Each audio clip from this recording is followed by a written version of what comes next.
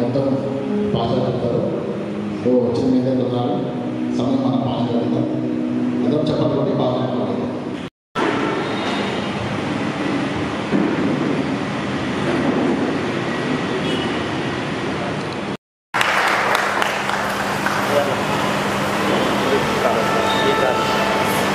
भाई आप इधर बैठो भाई, प्लीज़ बैठिए साहब। ये होने के बाद करेगा भाई। अच्छा एक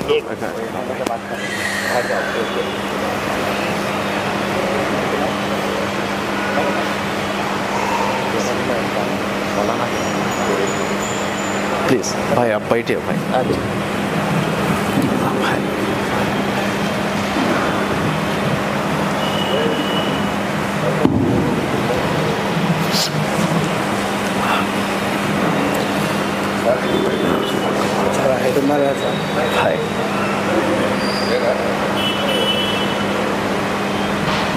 थैंक यू नलगొండ వచ్చినందుకు thank you very much please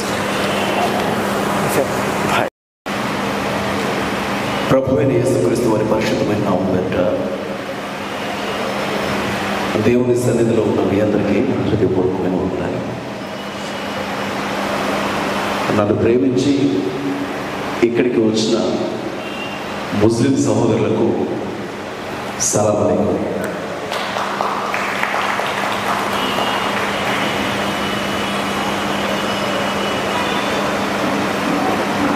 ఈరోజు ఉదయం పూట లేవగానే ఒక న్యూస్ చూశాను. మణిపూర్ రాష్ట్రంలో కాలువలో ఒక 2 శవాలు కొట్టుకొని వస్తున్నాయి. ఆ శవాలను చూసిన తర్వాత, ఆ శవాల మీద ఉండే దెబ్బలను చూసిన తర్వాత చిత్రహింసలు పెట్టి వాళ్ళను చంపారు అన్న విషయం అక్కడ ఉండే వాళ్ళకి చాలా తేలిగ్గా అర్థమైంది. ఆ 2 శవాలను చూస్తున్నటువంటి మిగిలినటువంటి వారు మరొక 4 కోసం కాలువంతా వెదగడం మొదలుపెట్టారు. సాయంకాలం కల్లా మరొక 4 శవాలు అదే కాలువలో కొట్టుకుంటూ వచ్చాయి. మొత్తం 6 శవాలు.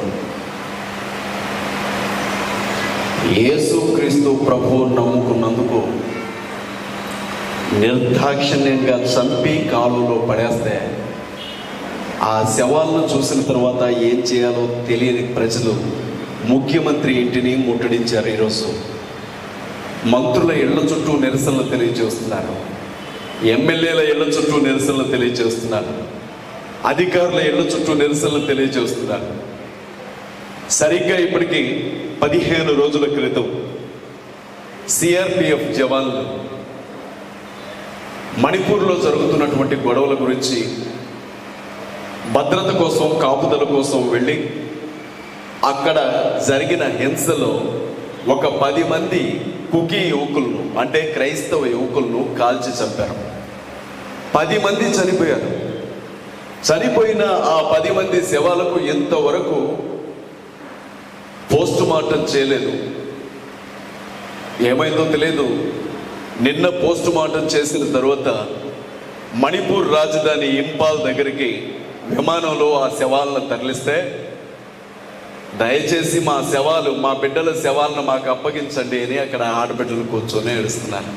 ఇలా ఉంది మన దేశం ఇప్పుడు.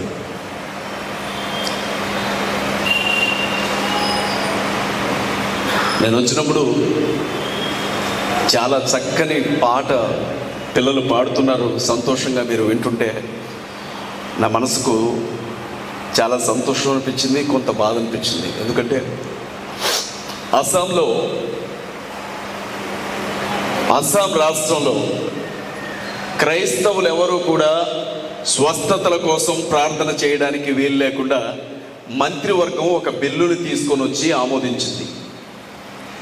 ఎట్టి పరిస్థితుల్లో కూడా అస్సాం రాష్ట్రంలో ఏ పాస్టర్ గారు కూడా స్వస్థత కోసం ప్రార్థన చేయడానికి వీలు లేదు. ఒకవేళ అలా ప్రార్థన చేస్తే ఆ వ్యక్తికి యావజ్జీవ కారాగార శిక్ష పడేలాగా చట్టాన్ని తీసుకొని వచ్చారు మన దేశంలోనే, మన పక్కనున్న అస్సాం రాష్ట్రం.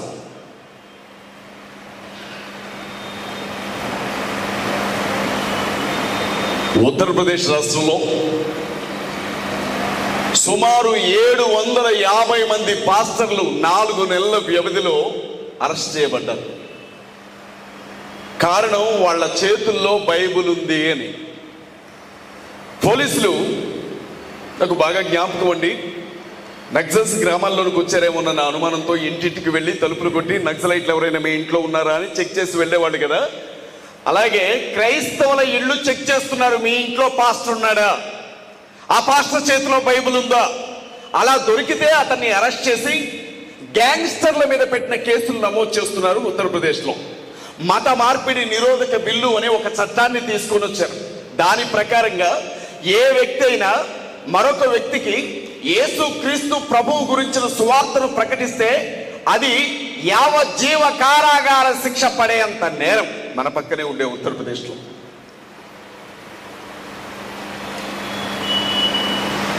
ఒక్కసారి ఈ చట్టం కింద అరెస్ట్ అయితే ఆ చట్టం కింద అరెస్ట్ అయినటువంటి వ్యక్తి, కేసు పెట్టిన వ్యక్తికి 10 లక్షల రూపాయల జరిమానా చెల్లించాల్సి ఉంటుంది. యావజ్జీవ కారాగార శిక్ష. నేను మీతో చెప్తుంది ఎక్కడో ప్రపంచంలో, ఇతర దేశాల్లో ఎక్కడో, అడవుల్లో ఎక్కడో, ఎడారుల్లో ఎక్కడో కాదు, భారతదేశంలో మనతో పాటు కలిసిమెలిసి బ్రతుకుతున్న మన పక్క రాష్ట్రాల్లో క్రైస్తవ సేవకులు అనుభవిస్తున్నటువంటి పరిస్థితులు ఇవి. యూపీ, మీరు వినే ఉంటారు దావూద్ ఇబ్రహీం, మీరు వినే ఉంటారు షకీల్ భాయ్, వీళ్ళందరూ కూడా గ్యాంగ్స్టర్స్. వాళ్ళ మీద పెట్టిన కేసులు పాస్టర్స్ మీద పెడుతున్నారు. ఇప్పుడు బయటకు వచ్చే పరిస్థితి లేదు. చిన్న ఇన్సిడెంట్ చెప్తాను మీకు. నేపాల్ నుంచి ఆంధ్రాకు వస్తున్నాడు పాస్టర్ గారు. సరిహద్దు రాష్ట్రంలో దిగాడు అతను, యూపీలో దిగాడు. దిగి బైబిల్ పట్టుకొని వెళుతున్నాడు అతను.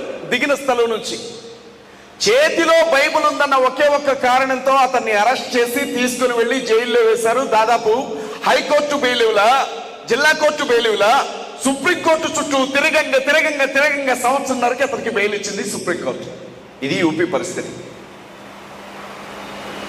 రాజస్థాన్ పేరు మీరు వినే ఉంటారు. రాజస్థాన్ ఎవరైనా యేసుక్రీస్తుని నమ్మండి అని సువార్త ప్రకటించడానికి వస్తే వాళ్ళ కాళ్ళు చేతులు విరవండి, కేసులైతే ఎంతైనా నేను భరిస్తాను అని ఓపెన్ గా స్టేట్మెంట్ ఇచ్చినటువంటి రాష్ట్రం రాజస్థాన్. పక్కనే ఛత్తీస్గఢ్. యేసుక్రీస్తు ప్రభు నమ్ముకున్నటువంటి పాస్టర్స్ ని మందిరాల్లోనికి వెళ్ళి కొడుతున్నారు. మీరు చూసే ఉంటారు న్యూస్. యేసుక్రీస్తు ప్రభువు నమ్ముకున్న వారిని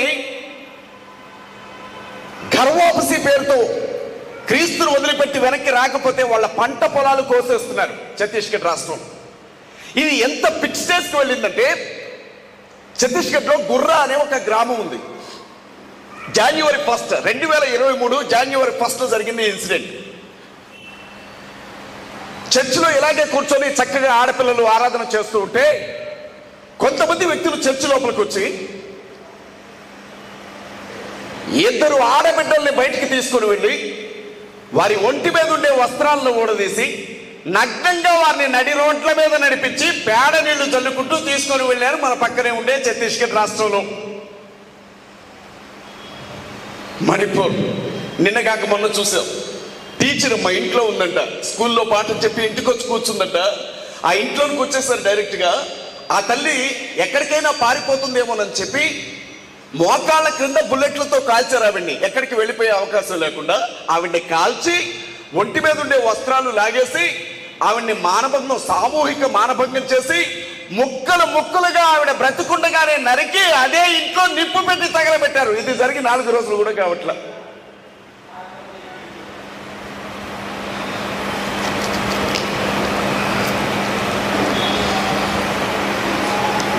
చనిపోయినటువంటి క్రైస్తవుల శవాలను సమాధులను తవ్వి బయటికి తీసి విసిరేస్తున్నటువంటి పరిస్థితులు చూస్తూ ఉన్నాం.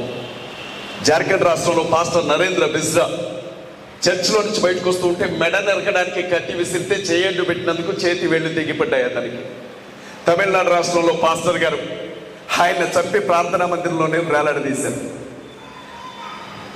తెలంగాణలో ఆంధ్రాలో ఏం జరుగుతుందో మీ అందరికీ బాగా తెలుసు, ప్రత్యేకంగా చెప్పాల్సిన అవసరం లేదు. ఢిల్లీ నడిబొడ్డున మహామండలేశ్వర్ అనే స్వామీజీ ఒక పెద్ద మీటింగ్ ఏర్పాటు చేసి కొన్ని వేల మంది ప్రజలు, అధికారులు, పోలీసులు, ప్రజాప్రతినిధులు చూస్తూ ఉన్నప్పుడు భారతదేశంలో ఉండే ముస్లింలను చంపడానికి హిందువుల కుర్రాళ్ళు సిద్ధం కావాలి అని పిలుపునిచ్చాడు. అతని మీద ఇంతవరకు ఒక్క కేసు కూడా నమోదు చేయాల.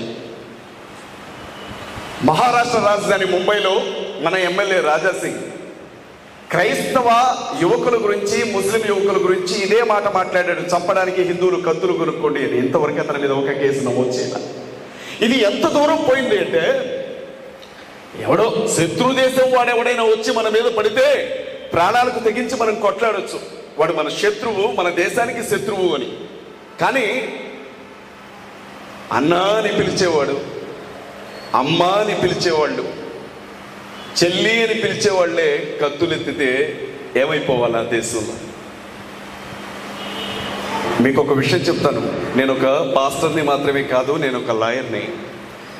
భారతదేశానికంటూ ఒక రాజ్యాంగం ఉంది.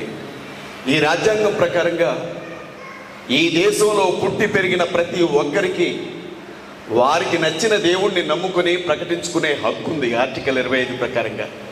అది ఇండియన్ కాన్స్టిట్యూషన్, భారతదేశ రాజ్యాంగం.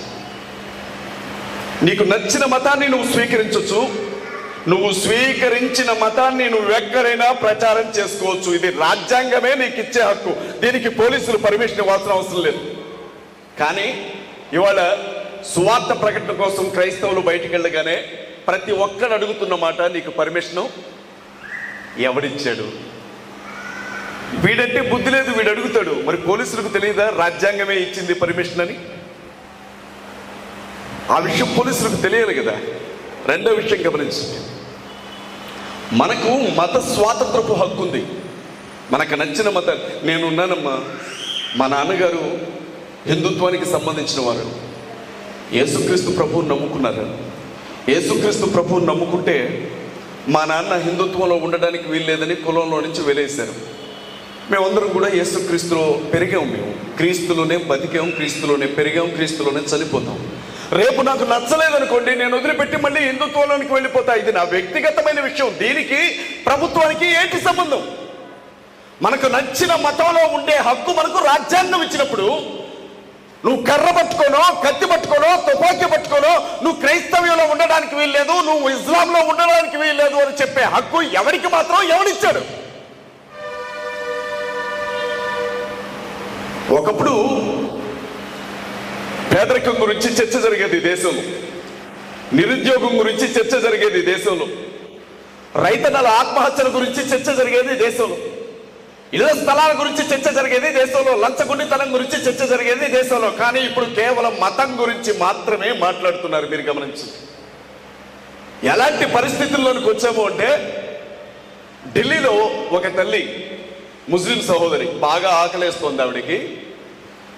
ఒక స్వచ్ఛంద సేవా సంస్థ అన్నదాన కార్యక్రమాన్ని ఏర్పాటు చేసింది. అందరికీ అన్నం పెడుతున్నారు. అది హిందువులకో, క్రైస్తవులకో, ముస్లింలకో కాదు. అదొక government NGO, non gazetted organization. అందరికీ భోజనం పెడుతున్నారు. అందరూ నిలబడేసరికి మరి ఆ తల్లికి ఎంత కష్టం అనిపించిందో ఆకలితో వెళ్ళి ప్లేట్ పట్టుకొని నిలబడ్డది లైన్లో. నిలబడితే ఆ భోజనం చేస్తున్నటువంటి వ్యక్తి ఆ తల్లి వేసుకున్నటువంటి ఆ బుర్ఖాను చూసి దగ్గరికి వెళ్ళి, నువ్వు రాముడికి జై కొట్టు అన్నాడు. మీరు ఒక విషయాన్ని గమనించాలి. ప్రైజ్ ద లార్డ్ జీసస్ అని చెప్పాలా, అల్లాహు అక్బర్ అనాలా, జై శ్రీరామ్ అనాలా అనేది మనిషికి సంబంధించిన విషయం. ఇంకెవడు కూడా అది బలవంతం చేయడానికి వీలు లేదు. ఆ తల్లి ఆకలితో ఉండడానికైనా ఇష్టపడింది, కానీ నేను జై కొట్టను అని చెప్పింది. కొడితే వాడేమన్నాడంటే, మా దేవుడికి జై కొట్టకపోతే నువ్వు లైన్లో ఉండొద్దు, వెళ్ళిపో అన్నాడు. అన్నప్పుడు ఆ తల్లి, ఇది ఎవరో స్వచ్ఛంద సంస్థ ఏర్పాటు చేసిన అన్నదాన కార్యక్రమం, ఒక ముద్ద అన్నం పెట్టండి, మీది కాదు కదా అని అంటే, ఇది మా బాబు సొమ్మే, నువ్వు ఇక్కడి నుంచి వెళ్ళిపో అని ఆ తల్లిని పంపించారు. నాకు చాలా కష్టం అనిపించింది. చిన్న పిల్లలు నడి రోడ్డు మీద ఇవాళ టోపీ నెత్తి మీద పెట్టుకుంటే అతను దేశద్రోహి అన్నట్లుగా చూస్తున్నారు. కొంచెం గడ్డం పెంచుకొని కనబడితే అతనికి పాకిస్తాన్ కోసమే పనిచేస్తున్నాడు అన్నట్లు చూస్తున్నారు. బైబిల్ గ్రంథం చేతిలో కనబడితే వీడిని ఎలా కొట్టాలి అని చూస్తున్నారు. ఇవాళ ఎంత దారుణమైనటువంటి స్థితిలోనికి వెళ్ళిపోయామంటే, కళకళలాడుతున్నటువంటి ఈ మందిరం ఇంకొక 5 ఏళ్ల తర్వాత ఇలాగే ధైర్యంగా ఆరాధన చేసుకోగలుగుతుందా లేదా అనేది మనం చెప్పలేం. ఆ స్థితిలోనికి వచ్చేసాం. మీకు తెలుసో తెలీదో, భారతదేశ రాజ్యాంగాన్ని మారుస్తూ, మనుధర్మశాస్త్రాన్ని రాజ్యాంగంగా చేస్తూ సుమారు 200 మంది స్కాలర్స్ ఒక పుస్తకాన్ని తయారు చేశారు, రాజ్యాంగాన్ని.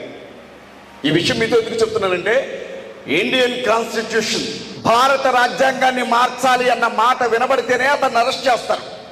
అలాంటిది ఏకంగా రాజ్యాంగం ఉండగానే దాని స్థానంలో మనుధర్మ శాస్త్రాన్ని, హిందూ దేవీ దేవతల బొమ్మల్ని కలుపుతూ ఓ కొత్త రాజ్యాంగాన్ని తయారు చేసామని చెప్పినా ఇంతవరకు వారి మీద ఒక్క కేసు కూడా పెట్టలే. మీరు గమనించాల్సిన విషయం ఏంటంటే, ఈ దేశంలో ఉండే క్రైస్తవులకి, ముస్లింలకి ఉండే ఓటు హక్కు రద్దు చేస్తామని ఓపెన్ గా వాళ్ళు మాట్లాడుతున్నారు. క్రిస్టియన్స్ కి, ముస్లింస్ కి ఓటు వేసే హక్కు ఈ దేశంలో ఇక ఉండదు అని వాళ్ళు ఓపెన్ గా చెప్తున్నారు. ఇవాళ ఒక పెద్ద ఆయన ప్రభుత్వ ఉద్యోగాల్లో కానీ, ఎమ్మెల్యేలుగా, ఎంపీలుగా, మంత్రులుగా కానీ, దేశానికి సంబంధించిన కీలక పదవుల్లో కానీ మా హిందువులు మాత్రమే ఉండేలా మేము ఇక చర్యలు తీసుకోబోతున్నామని చెప్తున్నాడు. అంటే నాకు తెలిసి మనం అందరినీ ప్రేమిస్తాం, హిందువులను ప్రేమిస్తాం, ముస్లిం సహోదరులను ప్రేమిస్తాం, క్రైస్తవులను ప్రేమిస్తాం, అసలు దేవుడే లేడు అని చెప్పే వ్యక్తులను కూడా ప్రేమిస్తాం. ఇది మన జీవితానికి ఏ రోజు అడ్డురాల. 4 గోడల లోపలికి వచ్చిన తర్వాత మనకు నచ్చిన దేవుణ్ణి నమ్ముకునే వాళ్ళం, ప్రార్థన చేసుకునే వాళ్ళం. కానీ ఆ పరిస్థితి రాబోయే రోజుల్లో ఇక మనకు ఉండదు అని చెప్పడానికి నేను ఇక్కడికి వచ్చాను. మన తెలంగాణలో నిర్మల్ జిల్లా, కేటీఆర్ గారు ప్రాతినిధ్యం వహించిన జిల్లా, చదల్పూర్ అనే ఒక ఊరుంది. అక్కడ ఒక పాస్టమ్మ చనిపోయింది. చనిపోయిన పాస్టమ్మని సమాధి చేశారు. ఆ చుట్టుపక్కల ప్రాంతంలో ఉన్నటువంటి RSSకి సంబంధించిన కార్యకర్తలు వచ్చి ఆ శవాన్ని బయటికి తీయాలి అని పట్టుబట్టారు. ఎందుకు అని అడిగితే, ఒక క్రిస్టియన్ శవం మా ఊరిలో ఉంటే మా ఊరికి అరిష్టం అంటారు వాళ్ళు. ఇది ఎప్పుడో జరగల, 1 year అవుతుంది. ఒక క్రైస్తవురాలి శవం మా ఊరిలో ఉంటే మా ఊరికి అరిష్టం అన్నారు. సిఐలు వచ్చారు, డిఎస్పీలు వచ్చారు, ఎస్పీ వచ్చాడు. జిల్లా స్థాయిలో పెద్ద ఎత్తున భద్రత ఏర్పాటు చేసిన ఆవిడ శవాన్ని సమాధిలో నుంచి తీసి ఊరవతలకు పంపే వరకు వాళ్ళు ఊరుకోలేదు. హైదరాబాద్లో మొన్న జాన్వాడలో ఏం జరిగిందో మీరు చూశారు. సీసీ రోడ్డు వేస్తుంటే చర్చ్ అడ్డొచ్చిందట. చర్చిని ఎలా పడగొట్టాలో అర్థం కాక నెమ్మదిగా గొడవ పెట్టుకున్నారు. 18 మంది దళిత యువతి యువకులను ఉరికిచ్చి ఉరికిచ్చి ఉరికిచ్చి ప్రార్థనా మందిరంలోనే తలలు పగల కొడితే 300 మంది తలలు పగల కొడితే 18 మందిని కలిపి 300 మంది కొడితే 3 మీదో 4 మీదో కేసులు పెట్టి చేతులు దులుపుకున్నారు మన ముఖ్యమంత్రి గారు. ఇవాళ ఎక్కడలే చెప్పండి, నల్గొండలో మీరు చూడలేదా? నీకు పర్మిషన్ ఎవరు ఇచ్చారు అంటాడు వీడికి అసలు ఏ తెలియదు బి తెలియదు వీడికి. కానీ రోడ్డు ఎగ్గానే వీడు ఏమంటాడు తెలుసా, నీకు పర్మిషన్ ఎవరు ఇచ్చాడు అంటాడు వీడు. ఎలాంటి పరిస్థితుల్లోకి వెళ్ళిపోతున్నామో చూడండి. వీటన్నిటి వెనుకున్నాం ఆ ఉద్రేకం, ఆ విద్వేషం ఒకటే. నేను ఓపెన్గా చెప్తున్నాను, ఏంటో తెలుసా? దళితులు అంటరాని వాళ్ళు అని అందరూ అనుకునేవాళ్ళు. ఎస్సీ ప్రజలంటే అంటరాని వాళ్ళు ఊర్లోనికి రాకూడదు, బడిలోనికి రాకూడదు, గుడిలోనికి రాకూడదు. నిన్నే చూశాను పేపర్ స్టేట్మెంట్. మీలో ఎంతమంది దళిత బిడ్డలు ఉన్నారు నాకు తెలియదు. దళితులు గుడిలోకి వస్తున్నారని చెప్పి దేవుణ్ణి దాసేశారు పూజారులు. దళితులు గుడిలోకి వస్తున్నారని దేవుణ్ణి దాసేశారు పూజారులు. దేశానికి స్వతంత్రం వచ్చి 76 ఏళ్ళు గడుస్తున్నా ఈ రోజుకి మన పరిస్థితి అదే. ఇప్పుడు ఏంటంట, మూతి చుట్టూ ముంత కట్టుకునే రోజుల్లోనికి మళ్ళీ మనం వెనక్కి వెళ్ళాలి. మొల చుట్టూ తాటాకులు కట్టుకునే రోజుల్లోనికి మళ్ళీ మనం వెనక్కి వెళ్ళాలి. శూద్రులుగా, అతిశూద్రులుగా, పంచములుగా మిగిలిపోయే రోజుల్లోనికి వెనక్కి వెళ్ళాలి. మరి ఏంటి ఇప్పుడు క్రైస్తవం మీద ఇస్లాం మీద వీళ్ళ గొడవ ఏంటి? క్రైస్తవులు లేకపోతే శాంతి శాంతి శాంతి అని ఇస్లాం సహోదరులు, ముస్లిం సహోదరులు ఎవరికి ఏ కీడు చేశారు? ఈ దేశంలో చంటి బిడ్డలకు పెళ్లిళ్లు చేయడానికి వీలు లేదని కొట్లాడింది క్రైస్తవ సహోదరులు, ముస్లిం సహోదరులు.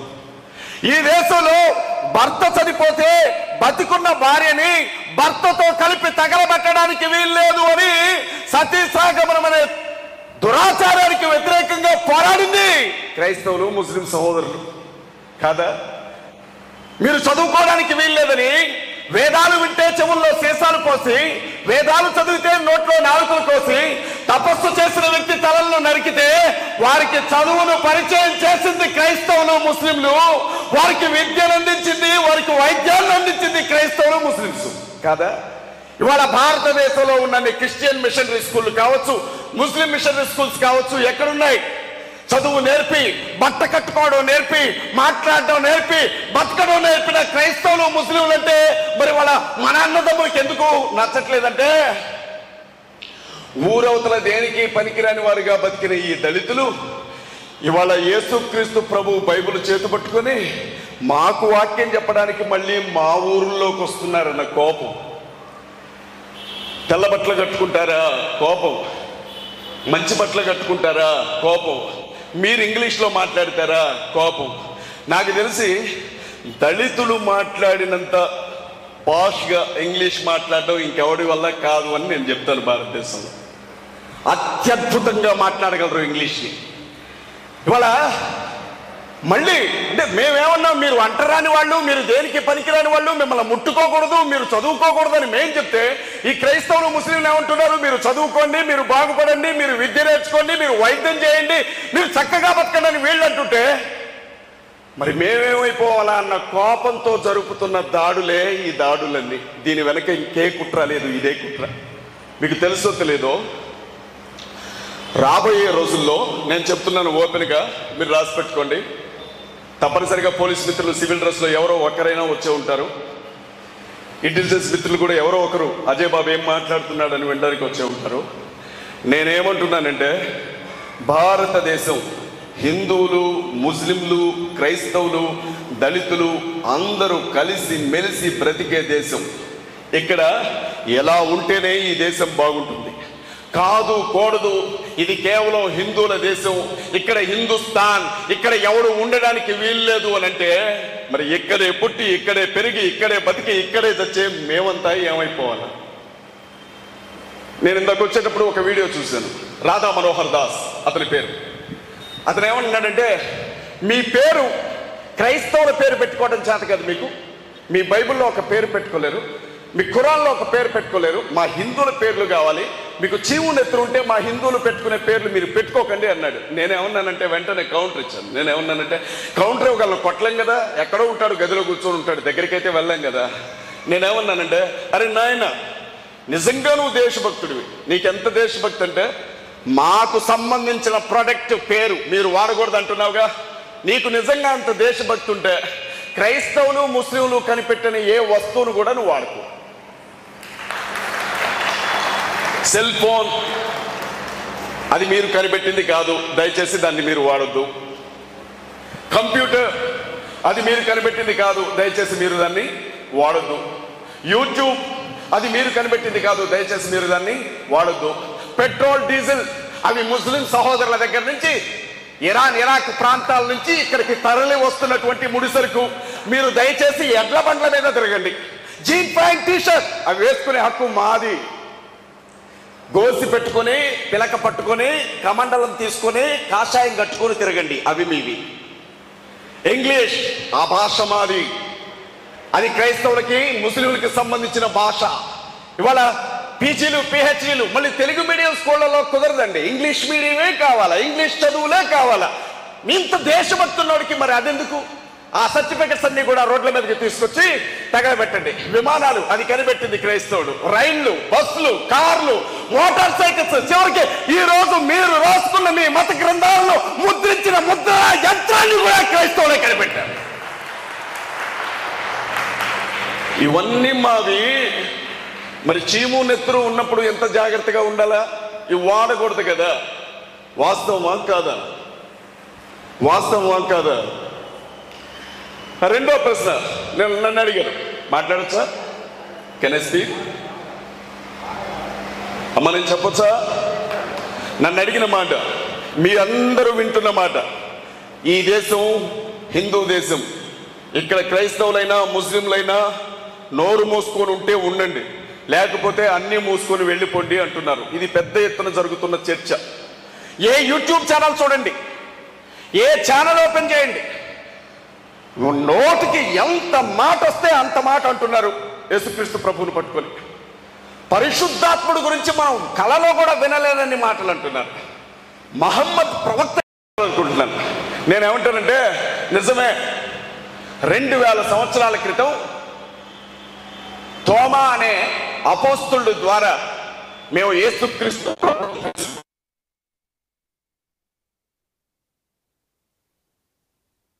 ఆ వెలుగులోనికి వచ్చేసాం.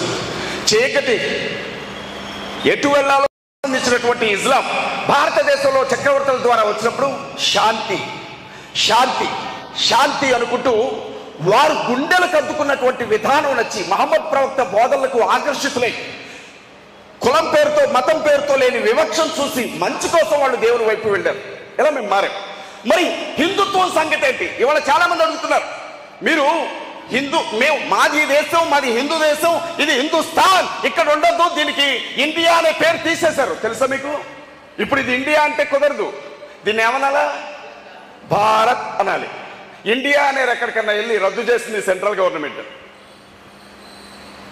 ఇక ఫ్యూచర్ లో దీన్ని హిందుస్థాన్ అంటారట, అంటే హిందువులు మాత్రమే ఉండాలి అంటారట. నేను చెప్పాను, చాలా మంది కరుణాకర్ సుబ్బిన కావచ్చు, లలిత్ కుమార్ కావచ్చు, రాధా మనోహర్ దాస్ కావచ్చు, ఎవరైనా సరే వాళ్ళకి నేను చెప్పాను, నేనేమన్నానంటే మేము ఈ దేశాన్ని పరిపాలించిన చక్రవర్తులకు వారసులం.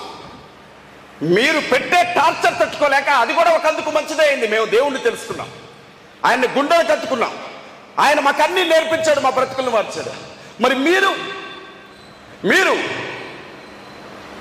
ఇరాన్, ఇరాక్ అనే ప్రాంతాల నుంచి మీ దేవి దేవతలతో సహా మోసుకొని ఇక్కడికి వచ్చి స్థిరపడ్డారు. యేసుక్రీస్తుని నమ్ముకున్న వాళ్ళు భారతీయులే, ఇస్లాంను ఆచరించే వాళ్ళు భారతీయులే. కానీ ఇవాళ ఎవరైతే బ్రాహ్మణిజం అంటూ బ్రాహ్మణ మతం అంటున్నారో వాళ్ళకి అసలు ఈ దేశమే కాదు. వాళ్ళు ఇరాన్, ఇరాక్ అనే ప్రాంతం నుంచి మన దేశానికి వచ్చి మనల్ని చంపి ఇక్కడ స్థిరపడ్డ ఆర్యులు వాళ్ళు. ఇది హిందుస్థాన్ ఎలా అవుతుంది? కబరస్థాన్ ఎలా అవుతుంది? ఇది భారతదేశంగా జంబూ ద్వీపంగా మాత్రమే ఉంటుంది. ప్రపంచంలో అమెరికాకి వెళ్ళండి, ఇది క్రిస్టియన్ కంట్రీ అంటారు. ఇరాన్కి వెళ్ళండి, ఇది ముస్లిం కంట్రీ అంటారు. ఇజ్రాయెల్కి వెళ్ళండి, ఇది యూదుల దేశం అంటారు. ఒక్క భారతదేశానికి రండి, ఇది ప్రపంచమే తల వంచి చూసే ప్రజాస్వామ్య దేశం అని చెప్తారు. వాడంటాడు సెక్యులర్ కుక్కలు అంటాడు. ప్రజాస్వామ్యం గురించి మాట్లాడే వాళ్ళని కుక్కలు అంటున్నాడు వాడు ఓపెన్ గా. మొన్న మధ్య భారతీయ జనతా పార్టీ ఎంపీ సుబ్రహ్మణ్య స్వామి సుప్రీంకోర్టులో పబ్లిక్ ఇంట్రెస్ట్ లిటిగేషన్ ఒకటి దాఖలు చేశాడు. ఏమనంటే రాజ్యాంగ పీఠికలో సెక్యులర్ అనే పదాన్ని తీసేయండి. సెక్యులర్ అనడం వలన అందరూ కూడా ఈ దేశానికి ఏ మతం లేదు, అధికారిక మతం, అన్ని మతాలు సమానమే అంటున్నారు అని అంటే సుప్రీంకోర్టు జడ్జి ఏమన్నాడు తెలుసా? నీకెవరో తల తిరుగుతుందా? ఇది ప్రజాస్వామ్య దేశం అన్నాడు. ఇప్పుడు చెప్పండి, వీడి ప్రకారంగా సెక్యులర్ అని మాట్లాడేవాళ్ళు, ప్రజాస్వామ్యం అని మాట్లాడే వాళ్ళు అందరూ కుక్కలే అయితే సుప్రీంకోర్టు న్యాయమూర్తి కుక్కరా వీడి ప్రకారంగా? ఏ పోలీసులు అరెస్ట్ చేయరా వాడిని? చేయరు. ఏ విధమైన కేసులు ఉండవు.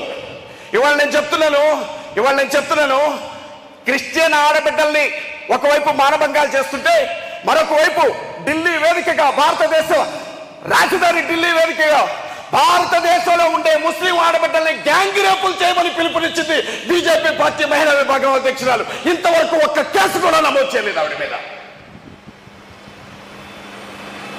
ఎంత జరిగితే ఆ బైర్ నరేష్ పేరు విన్నారో లేదు, అయ్యప్ప గురించి ఏదో అన్నాడట, ఆయన కొట్టారు. నేనేమంటానంటే ఆయన నోరు జారేదో అన్నాడు, ఆయన దన్నారు. మరి రోజు పొద్దున్న లేచిన దగ్గర నుంచి మాకు ఇదే సుప్రభాతంగా ఎన్ని మాటలు. బైబిల్ గ్రంథం హోలీ బైబిల్ అని కూడా అనకూడదు, దీన్ని హోలీ బైబిల్ అనాలి, హోలీ ఖురాన్ అనాలి. అలాంటి గ్రంథాల గురించి ఎలా మాట్లాడుతున్నారు? ఒక్క కేసు నమోదవుతుందా? నేను చెప్పాలనుకుంటున్నది ఒకటే, టార్గెట్ చేసి మనల్ని ఇబ్బంది పెడుతున్నారు. భారతదేశంలో ఉన్న రాష్ట్రాల్లో ఇప్పటికే 12 రాష్ట్రాల్లో మత మార్పిడి నిరోధక బిల్లులు వచ్చాయి. దాని ప్రకారంగా అక్కడ మత స్వేచ్ఛ అనేది ఇక ఉండదు. వీళ్ళు ఏమంటున్నారంటే బలవంతపు మత మార్పిడి ఎవడు చేయమన్నాడు మిమ్మల్ని అంటున్నాడు. సార్, నాకు 2 పిల్లలండి. మా బాబు రాజా ఇమ్మానుయేల్ చరణ్ 1 year, మా పాప ఆరాధ్య జాస్ 4th year. వాళ్ళ అమ్మ దగ్గరికి తీసుకెళ్లి పాలు తాగంటే వాడికి ఇష్టం లేకపోతే ఇలా అంటాడు, నువ్వు పాలు తాగరా అంటే వాడు ఇలా అంటాడు. ఆ పాప అన్నం తినమ్మా అని అంటే తినదు. నేను మధ్యాహ్నం వచ్చేటప్పుడు కూడా వాళ్ళమ్మ దేహశుద్ధి చేస్తుంది నా బిడ్డకి, అన్నం తింటావా లేదా అని. ఏమో తినట్లా, నోట్లో బలవంతంగా అన్నం పెడితే ఊసేస్తుంది. అరే 1 year లోపుండే ఒక అబ్బాయికి పాలు తాగించలేకపోతున్నాం బలవంతంగా, 4 సంవత్సరాల వయసులో ఒక బిడ్డకి అన్నం పెట్టలేకపోతున్నాం. బలవంతంగా మతం మారిస్తే దున్నపోతుల్లాగా ఉండే వీళ్ళు బలవంతంగా మతం మారిస్తే మారిపోతున్నారట. ఈ చెప్పడానికన్నా బుద్ధి ఉండొద్దు, ఈనేటోడికైనా సిగ్గు ఉండొద్దు. ఫస్ట్ ఎంత దారుణంగా మాట్లాడుతున్నారు. గుడ్డి వాదన అంటే చర్చకి నిలబడలేని వాదన, చట్టానికి నిలబడలేని వాదన తీసుకొని వచ్చి టార్గెట్ చేస్తున్నారు. ఇప్పుడు చేయాల్సింది ఒక్కటేనండి. మీకు ఒకప్పుడు భారతదేశంలో గుజరాత్ అంటే నాకు తగలబడిపోయిన ముస్లిం సహోదరుల శవాలే కనబడేవి. ఎంత దారుణంగా ముస్లిం సహోదరులను చంపారో నాకు తెలుసు. ఆ తర్వాత కాంధమాల్ గురించి మాట్లాడినప్పుడు తగలబడిపోయిన క్రైస్తవుల ఇళ్ళు, వాళ్ళ శవాలు మీకు తెలుసు కదా. ఒరిస్సాలో ఒక పాస్టర్ గారిని తగలబెట్టి చంపేశారు, మినిస్ట్రీ చేయడానికి వచ్చిన ఆయన. ఎవరైనా ఆస్ట్రేలియా మిషన్. ఆయన కారులో ఆయన 2 బిడ్డలతో సహా ఉన్నప్పుడు డోర్లు వేసి పెట్రోల్ పోసి తగలబెడితే ఒళ్ళంతా కాలి తగలబడిపోతున్నటువంటి ఆ వ్యక్తి ఏడుస్తూ ఉంటే విపరీతంగా కారు చుట్టూ జై శ్రీరామ్ అనుకుంటూ తిరిగారట జనం. రేపు రాబోయే పరిస్థితులు ఎంత దారుణంగా ఉంటాయో ఒక్కసారి ఆలోచించు. నేను ఒక్కటి చెప్తున్నానండి చివరిగా, ముస్లిం సహోదరులు, క్రైస్తవ సహోదరులు విశ్వాసాన్ని బట్టి వేరు కావచ్చు, కానీ శారీరక పరమైన రక్త సంబంధాన్ని బట్టి అందరం కూడా అబ్రహాము గారి సంతానమే అన్న విషయాన్ని జ్ఞాపకం చేస్తున్నాం. నిజమైన దాయాదులు ఎవరైనా ఉన్నారు అంటే వాళ్ళు క్రైస్తవులు, ముస్లింసే. 10 మందికి మేలు జరగాలి అని కోరుకునే వాళ్ళు. చాలా మంది అంటారు వాళ్ళు జిహాద్ అనుకుంటూ చంపేస్తారు అని అంటే, యేసు రక్తమే చేయమనుకుంటూ చంపిన వాళ్ళు కూడా చాలా మంది ఉన్నారు. మీకు తెలుసో తెలియదు, టెర్రరిస్ట్ గ్రూపులే ఉన్నాయి చాలా ప్రాంతాల్లో. వాడెవడో బుద్ధిమాలినోడు చేశాడని అందరికీ అంటగడతాం అదాన్ని. మీకు ఈ మాట మీరు బాగా వినాలి. మీరు అనుకుంటున్నారేమో మేము బాగానే ఉన్నాం, కంఫర్టబుల్గా ఉన్నాం, క్రిస్టమస్ సీజన్లో ఉన్నాం, దేవుణ్ణి స్తుతించి ఆరాధించడానికి వచ్చాం అని మీరు అనుకుంటున్నారేమో. మీకు తెలియకుండానే మీ కాళ్ళ క్రిందకి ఈ భయంకరమైన ప్రమాదం వచ్చి నిలబడింది. హైదరాబాద్లో ముత్యాలమ్మ గుడిని పగలగొట్టారు, మీకు తెలుసు కదా. ఆ టెంపుల్లో ఉండే విగ్రహాన్ని పడగొట్టారు. అప్పుడు ముస్లిం మత పెద్దలందరూ కూడా ఏమన్నారంటే, వాడు ముస్లిం అయినా సరే నడి రోడ్డు మీద వాడిని ఉరిదీయండి అని అడిగారు. ఏమడిగారో తెలుసా? హిందువుల విశ్వాసాలను కించపరిచే హక్కు ఎవరికి లేదు.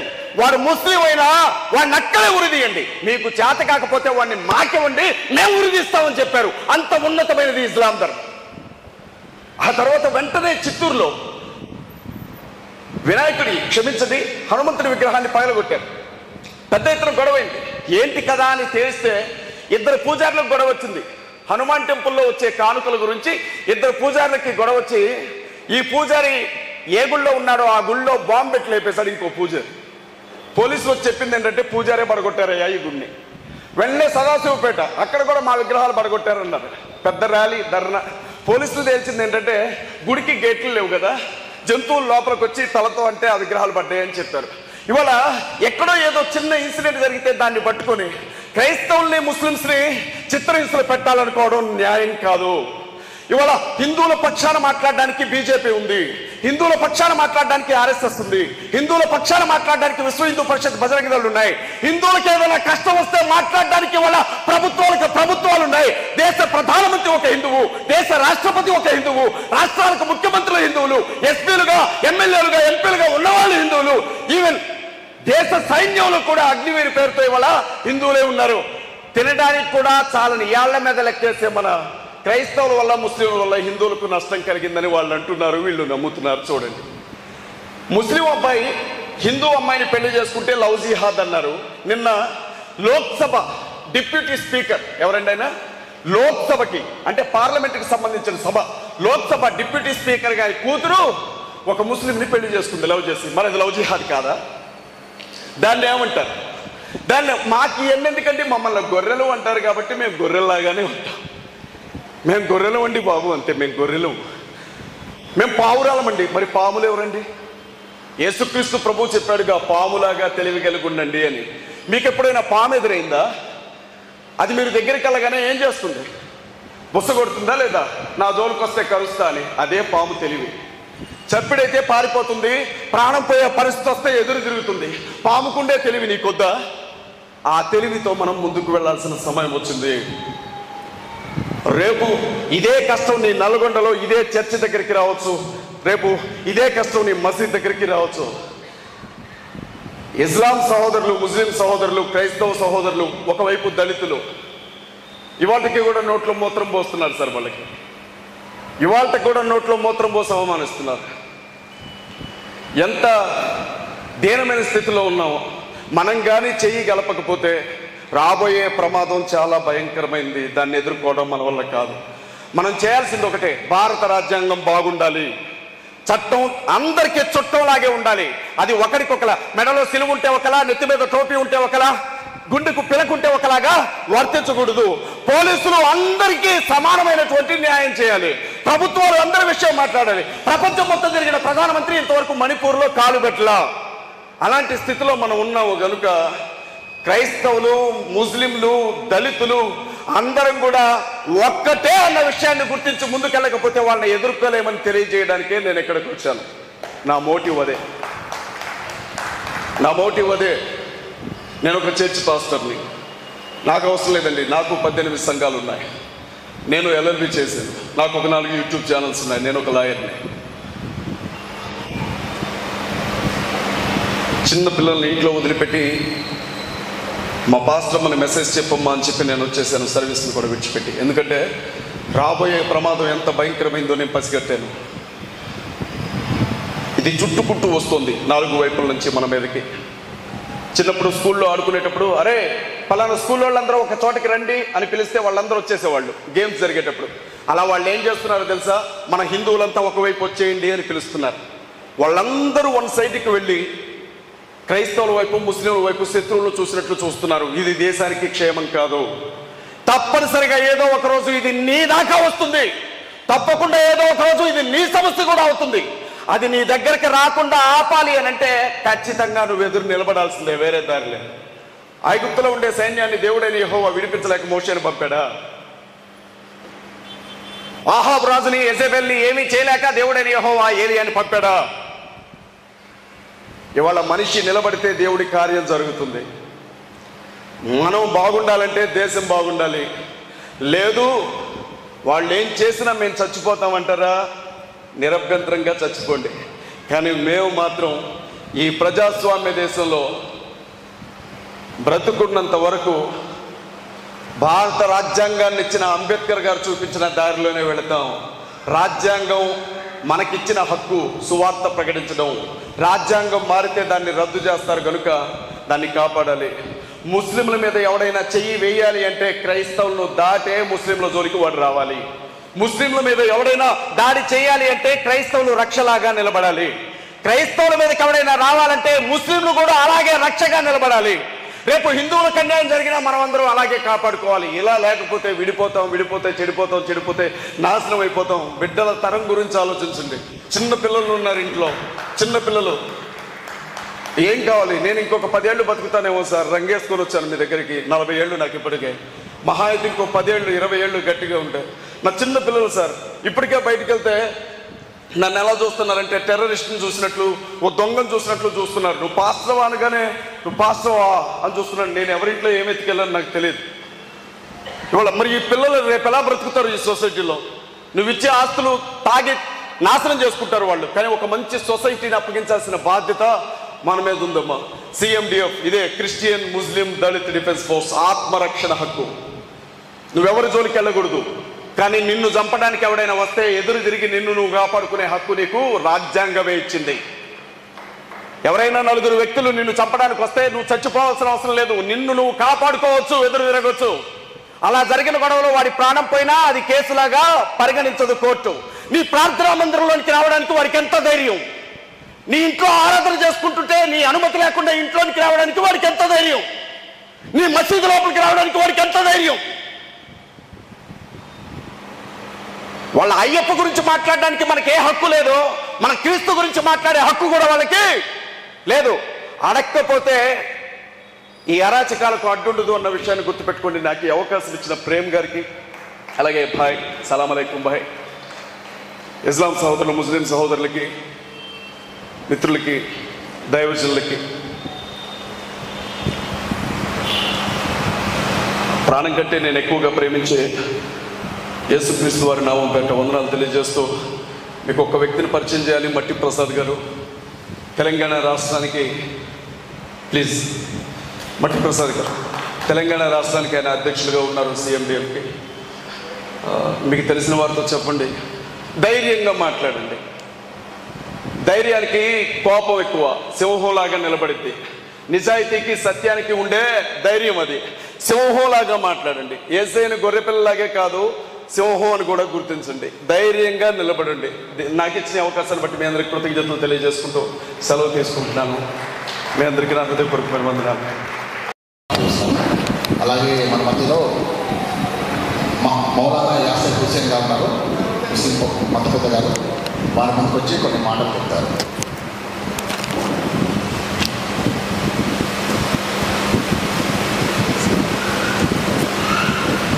మౌలానా యాసిర్ హుసేన్ గారు ముందుకు ఆహ్వానిస్తారు. వారు వచ్చి కొన్ని మాటలు చెప్తారు.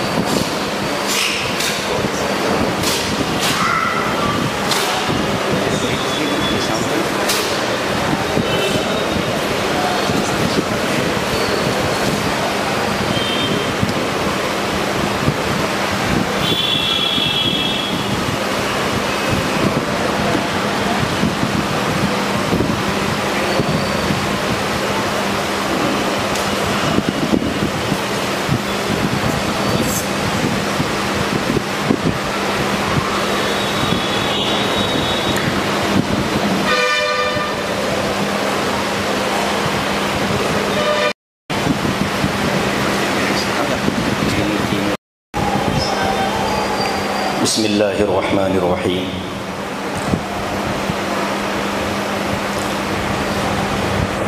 స్టార్టింగ్లో తెలుగు మాట్లాడడానికి ట్రై చేస్తాను.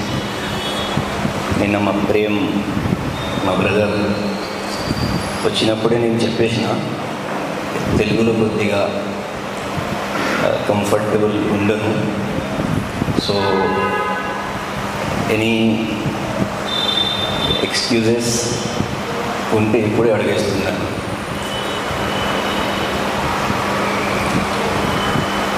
నా పేరు యాసిర్ హుసేన్.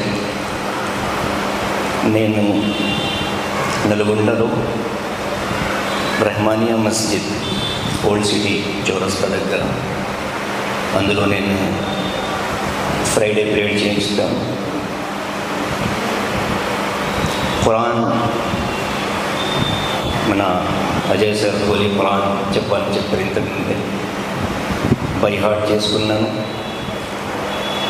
9 years వరకు మన ఇస్లామిక్ స్టడీస్ కంప్లీట్ చేసిన తర్వాత 2010 నుంచి నేను ఫీల్డ్లో ఉన్నాను. ఈ ప్రోగ్రాం గురించి ఫ్రైడే మన ప్రేమ్ డీటెయిల్గా ఎక్స్ప్లెయిన్ చేసిండు. అది విన్న తర్వాత టు బి ఫ్రాంక్ మార్నింగ్ 8 o'clockకి నాకు ఫ్లైట్ ఉంది. I have to go to Saudi Arabia. But programme ఇంత ఇంపార్టెంట్, సో అప్పుడే నేను డిసైడ్ చేసుకున్నాను తప్పకుండా ఈ ప్రోగ్రామ్కి హాజరవుతాను. సో ఇంకోటి ఏంటంటే సార్, మీ గురించి మీ ఛానల్స్ గురించి నేను వినలేదు. బట్ చిట్టి వచ్చిన తర్వాత నేను సెర్చ్ చేశాను మీ గురించి.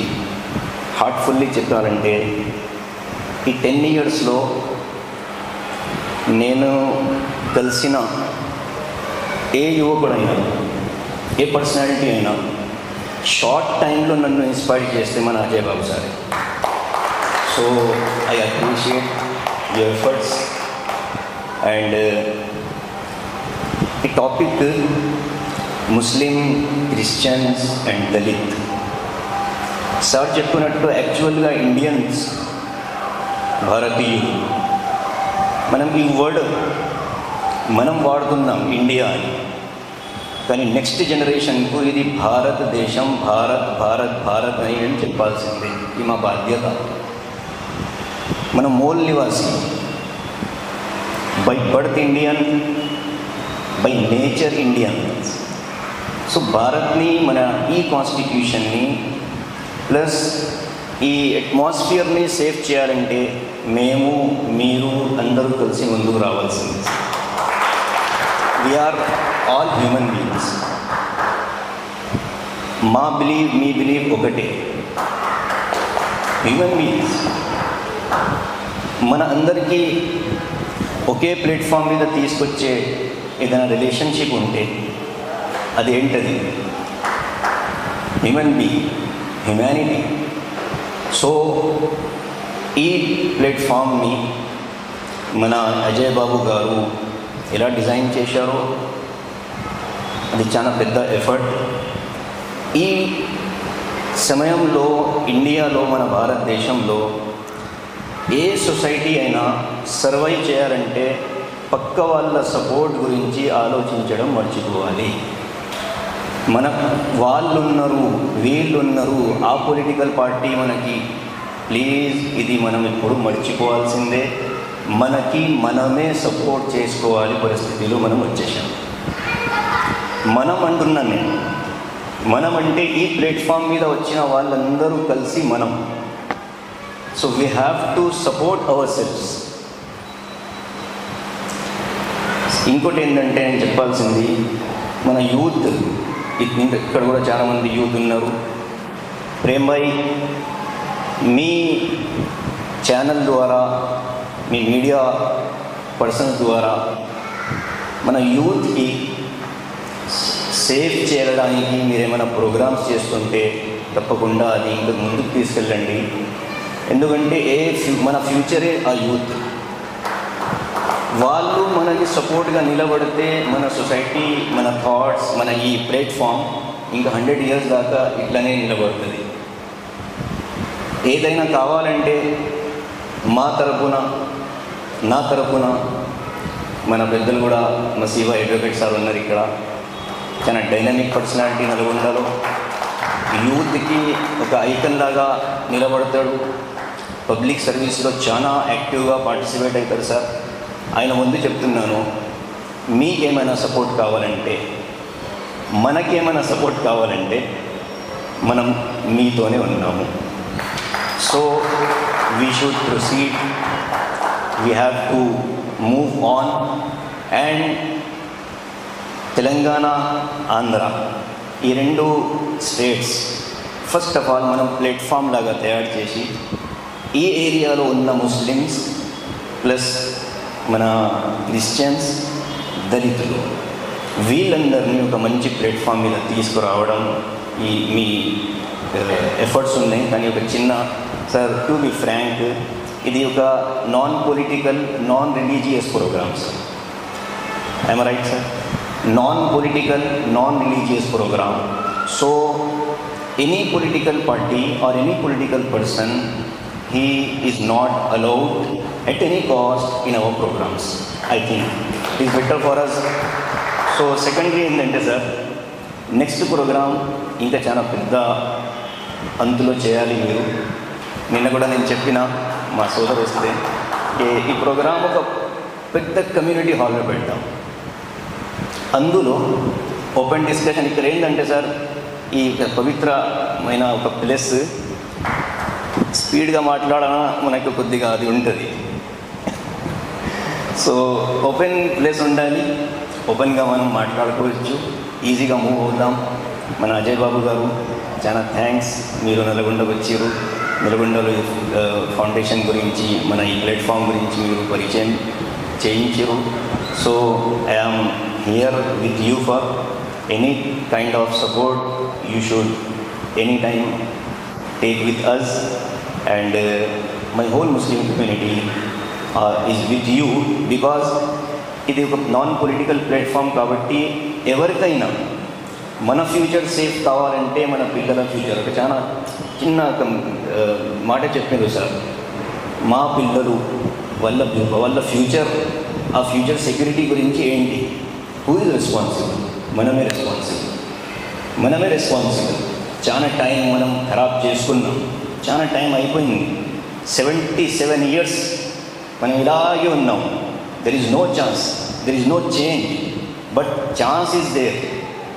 సో అందరు కలిసి ఒక మంచి ఆలోచనతో, ఒక మంచి ఉద్దేశంతో ముందుకు వెళ్తున్నప్పుడు, మీరు అందరు కలిసి మనం కావాలంటే కొన్ని సాక్రిఫైజెస్ మా తరఫున, కొన్ని మీ తరఫున చేసుకొని ముందుకెళ్తే ఐ థింక్ ఈ ప్రోగ్రామ్ ఇంకా స్ట్రాంగ్గా ముందుకెళ్తుంది sir. I'm with you Masibhai. ప్రోగ్రామ్ని మీ షెడ్యూల్ని డిస్కస్ చేస్తున్నాను. నాకు ఇచ్చిన టైంలో నేను మన మసీబాయ్కి ఒక 5 minutes ఇస్తున్నాను, ఎందుకంటే నా లాంగ్వేజ్ అర్థమైంది ఎలాగైందో మీకు. సో రిమైనింగ్ నేను ఏం చెప్పాలనుకుంటున్నానో మా Masibhai, please come to the dais and complete my words or complete my speech. చాలా థ్యాంక్స్ మన ప్రేమ్ సార్, మీరు టైం ఇచ్చారు. అజయ్ బాబు గారు, hats off. And he is one of the best lawyers in Nalgonda, mister Musiyuddin advocate, and he is a president of Milad committee Nalgonda, which is कितने साल से Sheikh serving? 10 कितने साल से कर रही हैं? मैं मिलाद कमेटी कितने साल से कर रही? 6 साल हुआ. Which committee is serving people since 10 years, and every 12th of Rabiul Awwal they organize a blood donation camp in front of this church only. So I would like to 5 minutes में ज़रा मेरी शुक्रिया अदा करता हूँ. మీరందరూ ఏదో ఒకటి విన్నారు కాబట్టి అది చాలా థ్యాంక్స్ నా కోసం. Next time I will be with you till the end of the program. Right now I have to leave, sir. Please give me permission. Thanks. जो भी हुआ తన బాధ్యత తను అనుకుని ఇంత తక్కువ వయసులో ఏ సెల్ఫ్ ప్రాఫిట్ కోసమో, తన స్వలాభము కాకుండా ఒక మానవత్వ దృక్పథంతో మీ బాధ్యత నిర్వహించారు. మీరు ముందుకు వెళ్తున్నారు. మేము కూడా మనుషులుగా మా హృదయాల్లో మా చెస్ట్లో ఒక హృదయం ఉంది, అది కూడా రిఫ్లెక్ట్ అవుతుంది. ఆ రిఫ్లెక్షన్ తోటి మేము కూడా మీకు అన్ని విధాల మీకు సహకారాలు ఇస్తూ, మీ ప్రాణానికి మా ప్రాణంగా అడ్డం పెడుతూ అన్ని విధాల మీకు సహకరిస్తామని, మీరు ఈ ధర్మయుద్ధంలో ముందుకు నడవాలని మేము కోరుకుంటున్నాం. ఇందులో మీరు ఏదైతే ప్లాట్ఫామ్ని క్రియేట్ చేశారో ఆ ప్లాట్ఫామ్ ద్వారా మానవ సంతతి ఈ దేశంలో మనుగడ సాగించడానికి చేస్తున్న కృషి, రాబోయే తరాలు బానిసత్వంలోకి మనువాదుల చేతుల్లోకి మళ్ళీ పోకుండా చేస్తున్న ప్రయత్నము, ఎన్నో మహానుభావులు పోరాడిన తర్వాత, ఎన్నో చేంజెస్ తర్వాత, ఎంతోమంది భారతీయులు ఈ దేశంలో బలి అయిన తర్వాత ఒక రాజ్యాంగం వచ్చింది. ఆ రాజ్యాంగం ద్వారా పశువులం కన్నా హీనంగా ఉన్న మనము ఇవాళ మనుషుల బట్టలు తొడుక్కొని చదువుకొని ఉద్యోగాలు చేస్తున్న పరిస్థితుల్లో మళ్ళీ అదే మనువాదం, బ్రాహ్మణవాదం బుసలు కొడుతుంది ఈ దేశంలో. దగ్గరగా అచీవ్ అవుతుంది. కానీ దాన్ని అడ్డుకోవడానికి మీరు మా అందరి తరపున మా హక్కుల కోసం, మా ప్రాణాల కోసం, మా భవిష్యత్తు కోసం ఏదైతే ప్రయత్నం చేస్తున్నారో అందులో ఈ చర్చ్ సాక్ష్యంగా, ఈ సాయంత్రం సాక్ష్యంగా ఇక్కడ ఉన్న మా నల్లగొండ ఆడబిడ్డలు మరియు యువకులు, ఫాస్టర్స్, ముస్లిం యువకులు, ఫాదర్స్ అందరూ మీకు తోడుగా ఉంటాము. మీరు ఈ రథాన్ని ముందుకు తీసుకుపోవాలి మేము మనసారా కోరుకుంటున్నాం. మేము ప్రతి దువాలో, నమాజులో మీ క్షేమం, మీ పిల్లల క్షేమం, మీ కుటుంబం క్షేమంగా ఉండాలని ప్రతిసారి మనసారుగా కోరుకుంటాము, దువా చేస్తాము. మీరు తప్పకుండా దీంట్లో ముందుకు వెళ్తారు అని మేము ఆశిస్తున్నాము. మీ పట్టుదల అలా ఉంది, మీ ఏం అలా ఉంది, మీరు ముందుకు వెళ్ళాలి అని చెప్తున్నాము. మా నల్గొండ తరపున మా మోహన గారు చెప్పినట్టు ఓపెన్ గ్రౌండ్లో పెట్టాల్సిన అవసరం ఉంది. చాలామంది మనసులో ఇది ఉంది, కానీ ఎవరు కూడా పిల్లి మెడలో గంట ఎవరు కడతారనే విషయమే ఉంది, ఎవరు టార్గెట్ అవుతారని. కానీ మేమందరము ఒక దండలో పూల్లాగా మీతో ఉంటాము, తప్పకుండా ఉంటాము. మరి ఈ అవకాశం ఇచ్చిన CMDFA నల్గొండ ఇన్ఛార్జ్ గారికి, మరి ఇక్కడ ఇచ్చేసిన మీరందరికీ నా ధన్యవాదాలు తెలుపుతూ సెలవు తీసుకుంటున్నాను. Thank you very much. ఈ కార్యక్రమానికి ఇచ్చేసిన మౌలానా యాసిర్ హుస్సేన్ గారికి వందనాలు తెలియజేస్తాం. థ్యాంక్ యూ అండి. అలాగే ఈ విధంగా మనం రానున్న రోజుల్లో క్రైస్తవులు, ముస్లింలు కలిపి ఇంకా చాలా కార్యక్రమాలు చేయాలి. మీ అందరూ కూడా అందరూ పాల్గొనాలి. అలాగే ఈరోజు మీటింగ్కి, ఈ సమావేశానికి రాకపోయినా కానీ ఈ సమావేశం కోసం హైదరాబాద్ నుంచి సతీష్ కుమార్ గారు ₹1000 పంపించారు.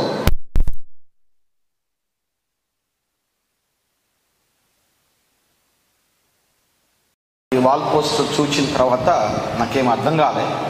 వాస్తవంగా అజయ్ బాబు గురించి, పాస్టర్ గారి గురించి యూట్యూబ్లో చూడడమే కానీ నాకు అంత అవగాహన లేదు. నేను ఏదైనా డిస్కషన్ జరుగుతుందేమో అనుకున్నా కానీ ఇలాగా ఒకే ప్లాట్ఫామ్ అనేది ఇది గొప్ప విషయం. ఎందుకంటే జరుగుతున్న విషయాలు, జరుగుతున్న ప్రతిదీ కూడా మనకు కళ్ళకు కనపడుతున్నాయి. యూట్యూబ్లో మనం చూస్తున్నాం. అన్నీ కూడా మనం బాగా మన దగ్గరికి చేరుతున్నాయి, ప్రతి ఒక్కరి దగ్గరికి చేరుతున్నాయి. ఎందుకంటే ఉన్న ఇంటర్నెట్ని బట్టి ప్రతి ఒక్క గ్రామానికి, ప్రతి ఒక్క దేశానికి వెళ్తున్నాయి. ఇది కూడా బహుశా అప్లోడ్ చేస్తారు ఖచ్చితంగా. మనం చేయకపోయినా చేసే వాళ్ళైనా చేస్తారు. ఒకటి మాత్రం వాస్తవం, మనము ఇప్పుడు మౌనం ఉండడం అనేది అది కరెక్ట్ కాదు. ఎందుకంటే రేపటి భవిష్యత్తు గురించి మనం ఆలోచన చేయాలి. అజయ్ బాబు పాస్టర్ గారు ఎలాగైతే ఈ విషయాల మీద ఇంత స్పష్టంగా మాట్లాడుతున్నారో, ప్రతి వ్యక్తి కూడా ఈ విధమైన డైరెక్షన్, ఈ విధమైన ఆలోచన పద్ధతిని పెంపొందించుకుంటే ఎక్కడున్నా సువార్త ప్రకటించడానికి కానీ, లేకపోతే ఎక్కడైనా దాడి జరిగినప్పుడు కానీ మనం మాట్లాడడానికి ధైర్యము, స్ఫూర్తి ఉంటుంది. ఈ విషయాలు గుర్తుపెట్టుకోండి. ఇప్పుడు దాడులు జరుగుతున్నాయి, ఇది కాదనట్లేదు. దాడులు జరుగుతున్న ప్రదేశంలో ఎందుకు మౌనం ఉండాలి అంటే, మౌనంగా ఉండినంత వరకు వాళ్ళు మనకు దాడి చేస్తారు. మౌనంగా ఉండకుండా ఎందుకు మీరు ఇలా చేస్తున్నారని అడిగితే ఖచ్చితంగా వాళ్ళు నోరు మూసుకొని వెళ్తారు. ఎందుకంటే చట్టం ఎవరికి ఏ విధమైనటువంటి చట్టం కాదని చెప్పారు. వాస్తవమే, చట్టంలో ఉందండి. ఆ చట్టంలో ఉన్నదాన్నే మనం ఎక్స్పోజ్ చేస్తున్నాం, ఇంకా వేరేదేమీ చేయట్లే. అయితే ఏంటంటే జరుగుతున్న దాడులను బట్టి ఇప్పుడు అందరూ కలిసి ఒక ప్లాట్ఫామ్ మీదకి రావడం అనేది గొప్ప విషయం. ఇది వాస్తవంగా ఇది బయట పెడితే, అంటే ఇదే మీటింగ్ కానీ బయట పెడితే ఇంకా చాలా బాగుండేది, ఇంకా చాలా మంచి కాంగ్రిగేషన్ అయ్యేది, ఇంకా చాలా విశాలంగా అందరూ మాట్లాడడానికి కూడా బాగుండేది. ఇది చర్చి కాబట్టి అది అంత ఫ్లెక్సిబుల్గా ఉండదు. కాబట్టి ఇంకొకసారి ఇలాంటిది డిజైన్ చేసినప్పుడు ఒక పెద్ద హాల్ తీసుకుంటే దాంట్లో ఎంతవరకు ఏంటి అనేది మనం అవగాహనతో ముందుకెళ్ళడానికి దేవుడు సహాయం చేస్తాడు. అందరికి కూడా అవగాహన దేవుడు ఇస్తాడు. ఎందుకంటే మనల్ని మనం కాపాడుకునే పరిస్థితి ఇది, మనల్ని మనం సంరక్షించుకునే పరిస్థితి. మనకంటూ కొంచెం బేసిక్ నాలెడ్జ్ ఎవరైనా వ్యతిరేకిస్తే ఎలాగ పోరాడాలి. ఇందాక పాస్టర్ గారు అజయ్ బాబు గారు జ్ఞాపకం చేస్తూ మనకు ఒక చట్టం ఉంది, అది మనకున్న చట్టం ఈ నెంబర్ చెప్పారు, అది 100%. ఆ నెంబర్ ఇప్పటికీ ఎవరికి తెలియదు. వాస్తవం చెప్పాలని పోరాడుతున్న వాళ్ళకు కూడా తెలియదు.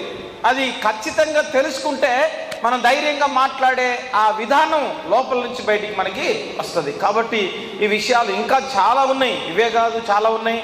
ఇప్పటికీ జరుగుతున్న దాడులు ఇంకా జరుగుతూనే ఉన్నాయి.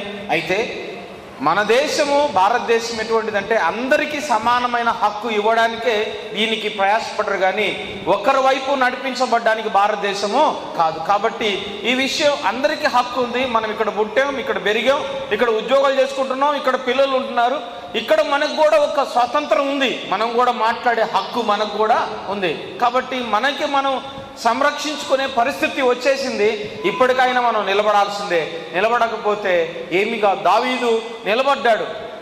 నిలబడినందుకు చాలా అద్భుతం. దేవుడు దావీదుకి యుద్ధం తెలియదు, బైబిల్లో ఉంది. అంటే సహోదరులు తెలియదేమో కొంతమందికి, బైబిల్లో ఉంది దావీదుకి యుద్ధం తెలియదు, యుద్ధాన్ని గురించిన అవగాహన కూడా లేదు. కానీ దావీదు నిలబడ్డాడు. ఆ ఫిలిస్తీన్ల చేతుల నుండి దేవుడు దావీదు ద్వారా ఇజ్రాయిలీని దేవుడు విడిపించాడు. ఫిలిస్తీన్ల యొక్క బానిసలుగా తీసుకొని పోయే దినాల నుండి దేవుడు వారిని విడిపించాడు. ఈరోజు మనం కూడా నిలబడితే అద్భుత కార్యాన్ని దేవుడు చేస్తాడు. ఎందుకొరకంటే సమాజం కోసం, నెక్స్ట్ తరం కోసం ఏదో ఒక మెసేజ్, ఏదో ఒకటి మనం అందజేయడానికి ఇష్టపడితే ఖచ్చితంగా దేవుడు కార్యం చేస్తాడు. ఇప్పుడు నిలబడే వాళ్ళు లేకనే దేవుడు కూడా అలా మౌనంగా ఉన్నాడు. మనం లేకపోతే ఆయన పని చేయలేడు. కాబట్టి మనమే ఆయనకు ఒక అంబాసిడర్స్గా పనిచేస్తే ఖచ్చితంగా అందరిలో చేరుకుంటుంది. ఇది మంచి ప్రోగ్రాం. అయితే ఇది ఇంత షార్ట్గా చేయడం అనేది అది చాలా విస్తారంగా మాట్లాడాలి. ఇవన్నీ ఎలాగ ఉండాలంటే ఉదయం నుంచి సాయంత్రం దాకా సెమినార్ లాగా పెడితే చాలా అవగాహన ఉంటుంది పాస్టర్ గారు వాస్తవంగా. ఎందుకంటే ఉదయం సెషన్, మధ్యాహ్నం సెషన్, కనీసం ఒక 2-3 గంటలు మీకు ఇస్తే దీంట్లో ఉన్న లోతుపాతులు ఏందో అందరికి పాస్టర్స్కి పెడితే చాలా మంచిదని నా ఉద్దేశం. ఎందుకంటే చాలామందికి దైవజనులకి పీనల్ కోర్టు ఈ మన ఏవైతే సెక్షన్స్ ఉన్నాయో తెలియదు. ఆ సెక్షన్స్ తెలిస్తే అద్భుతంగా అందరిలో చేరుతుంది. ఎందుకంటే ధైర్యము అప్పుడే వస్తుంది, మాట్లాడడానికి కానీ మనం నిలబడడానికి కానీ ధైర్యం కూడా అప్పుడే వస్తుంది. ఎందుకంటే మనకు చట్టం ఉంది, చట్టం అందరికీ పనిచేస్తుంది, చట్టం పరంగా మనం వెళ్ళడానికి కూడా హక్కు ఉందనే విషయం ఇది తెలియపరచబడుతుంది. సరే, ఈ సమయాన్ని ఇచ్చిన ప్రేమ్కి యూత్ కమిటీ వారందరికీ, సంఘ పెద్దలందరికీ, self supporting centenary Baptist church నుండి మీ అందరికీ శుభములు తెలియపరుస్తూ పాస్టర్ అజయ్ బాబు గారికి సంఘం తరపున వందనాలు. పాస్టర్ గారు థ్యాంక్ యూ సార్, మంచి విషయాలు జ్ఞాపకం చేశారు. మా సంఘమంతరి తరపున, మా పెద్దలందరి తరపున మీకు హృదయపూర్వక. చాలామంది పాపం మీ యొక్క వాక్యం విని మీ విధానాన్ని చూసి అందరూ ఉండిపోయారు. అందరికీ వందనాలు, పెద్దలందరికీ మా హృదయపూర్వక వందనాలు. సంఘంలో వచ్చిన వారందరికీ కూడా, అలాగే ముస్లిం సహోదరులందరికీ కూడా మా హృదయపూర్వక వందనాలు. థ్యాంక్స్ అండి. God bless you. Thank you. Last ఒకన్నర మాట్లాడాలి. పాస్టర్ గారు ఝాన్సీ సమర్థన్ గారు ముందుకు వచ్చి చాలా షార్ట్గా జస్ట్ 2 minutes మాట్లాడతారు. తర్వాత మనం ప్రోగ్రామ్ ప్లే చేసుకుందాం. సతీష్ కుమార్ బాబు మీరు ఆల్రెడీ మీతో మాట్లాడారట వారు, నేను పర్సనల్గా మీకు మీట్ అవుతాను. సో ఒకటి మాత్రం నేను చెప్పేది ఏంటంటే, బైబిల్లో కూడా ఒకటి ఉందండి, 3 పేటల తాడు, చెప్పండి కొంచెం గట్టిగా, తెగిపోదు. ముస్లిం, క్రిస్టియన్, దళితులు ఒకటైతే ఎవరు కూడా మనల్ని ఏమీ చేయలేరు. That is 100% fact. సో మనము ఏ విషయాల్లో కూడా అధైర్యపడకుండా ముందుకు మన ముగ్గురు కలిసి ఉంటే ఎవరు కూడా ఏం చేయలేరు. సో ఈ ఒక్క విషయాన్ని మీకు చెప్పాలనుకుంటున్నాను. మరి సహోదరులు సతీష్ బాబు గారు చెప్పినటువంటి మాట ఏంటంటే, మనం ఈ విధంగా ఫైటింగ్ చేసుకుంటూ, అంటే మనం మాట్లాడుకుని వెళ్ళిపోవడం కాదు, కానీ మనకంటూ ఒక అడ్వకేట్ కమిటీ ఉండాలి. సో మనకు ఒక కమిటీ వేసుకొని మనలో ఎవరికైనా ఇటువంటి ప్రాబ్లమ్స్ వచ్చినప్పుడు ఈ కమిటీలో అందరూ సహోదరులు, ముస్లిం సహోదరులు, క్రైస్తవ సహోదరులు వీరందరూ కూడా ఉండి దీన్ని మనం ఏకదాటిగా మనము పోరాటాన్ని ముందుకు తీసుకుని వెళ్తే ఖచ్చితంగా సక్సెస్ అవుతామనేటువంటి ఒక సత్యాన్ని తెలియజేస్తున్నాను. ముఖ్యంగా చాలామంది భయపడుతూ ఉంటారు ఇటువంటి మీటింగ్స్కి రావడానికి. మేము మాట్లాడితే తర్వాత ఏమవుతుందో, మీడియా మమ్మల్ని ఏం చేస్తుందో అని. అది టెల్ యూ వన్ థింగ్ అండి, ఇలా భయపడుకుంటూ కూర్చుంటే మనం ఎప్పటికీ చేప కింద నీళ్ళలాగే ఉండిపోతాం తప్ప మనం పైకి పొంగలేము. మనం పైకి పొంగి పొందాలి అంటే మనం బయటికి లేచి వచ్చి మాట్లాడాలి. మనకున్నటువంటి ప్రాబ్లమ్స్, మనకున్నటువంటి అన్నీ కూడా వీ నీడ్ టు ఎక్స్పోజ్. మనం ఎప్పుడైతే ఎక్స్పోజ్ చేస్తామో will get the support. So I wish, నాకు రియల్లీ అజయ్ బాబు గారిని నేను అప్రిషియేట్ చేస్తూ ఉన్నాను. అది ఈ చిన్న ఏజ్లో మీరు చిన్న పిల్లల్ని పెట్టుకుని ఇంత చక్కటి పోరాటం చేస్తూ ఉన్నారు. మా అందరి సహకారం ఎప్పుడు మీతో ఉంటుందని తెలియజేస్తూ ఉన్నాను. థ్యాంక్ యూ సో మచ్ బాబు గారికి. ఈ యొక్క కార్యక్రమాలన్నింటినీ కూడా వారు పంపించారు, నేను మీకు అందరినీ ఫార్వర్డ్ చేస్తాను. థ్యాంక్ యూ అండి. నా పేరు మట్టి ప్రసాద్, CMDF తెలంగాణ రాష్ట్ర అధ్యక్ష పదవి నాకు ఇచ్చిన మన CMDF వ్యవస్థాపకులు మద్దిశెట్టి అజయ్ బాబు గారు పాస్టర్. ఆయనతో జర్నీ చేయాలంటే ఎవరి వల్ల కాదు, నా తెలిసి నా వల్ల కూడా కాదు. ఎందుకంటే ఈ భారతదేశంలో ఎన్ని రాష్ట్రాల్లో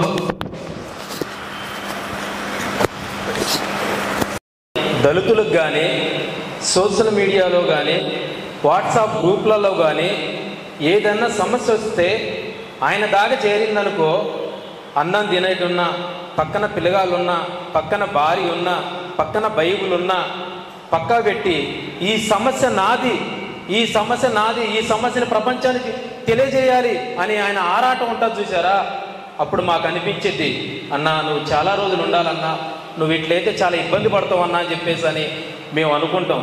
అన్నగారు అటు కృష్ణా జిల్లా కానీ, వైజాగ్ కానీ, మహారాష్ట్ర కానీ, మరి మణిపూర్ కానీ ఎక్కడ క్రిస్టియన్ బిడ్డలకి, ముస్లిమ్స్కి, గిరిజనులకి, కొయ్యలు, లంబాడి బిడ్డలకి ఎక్కడ ఏ జరిగినా కానీ ఆయన సొంత డబ్బులు వేసుకొని, కారుకు డబ్బులు లేకోకుంటే ట్రైన్ ఎక్కైనా అక్కడ పోయి ఆ సమస్యని, అది పోలీస్ స్టేషన్ అయినా, అక్కడున్న రాజకీయ నాయకులైనా, అక్కడ ఎవరున్నా కానీ వాళ్ళతోని కూర్చోబెట్టి ఆ బిడ్డలకు న్యాయం చేసిన దాకా ఆయన పోరాటం మామూలు విషయం కాదని చెప్పేసి అని నేను దగ్గర నుంచి చూస్తున్నాను కాబట్టి మీకు తెలియజేస్తున్నాను.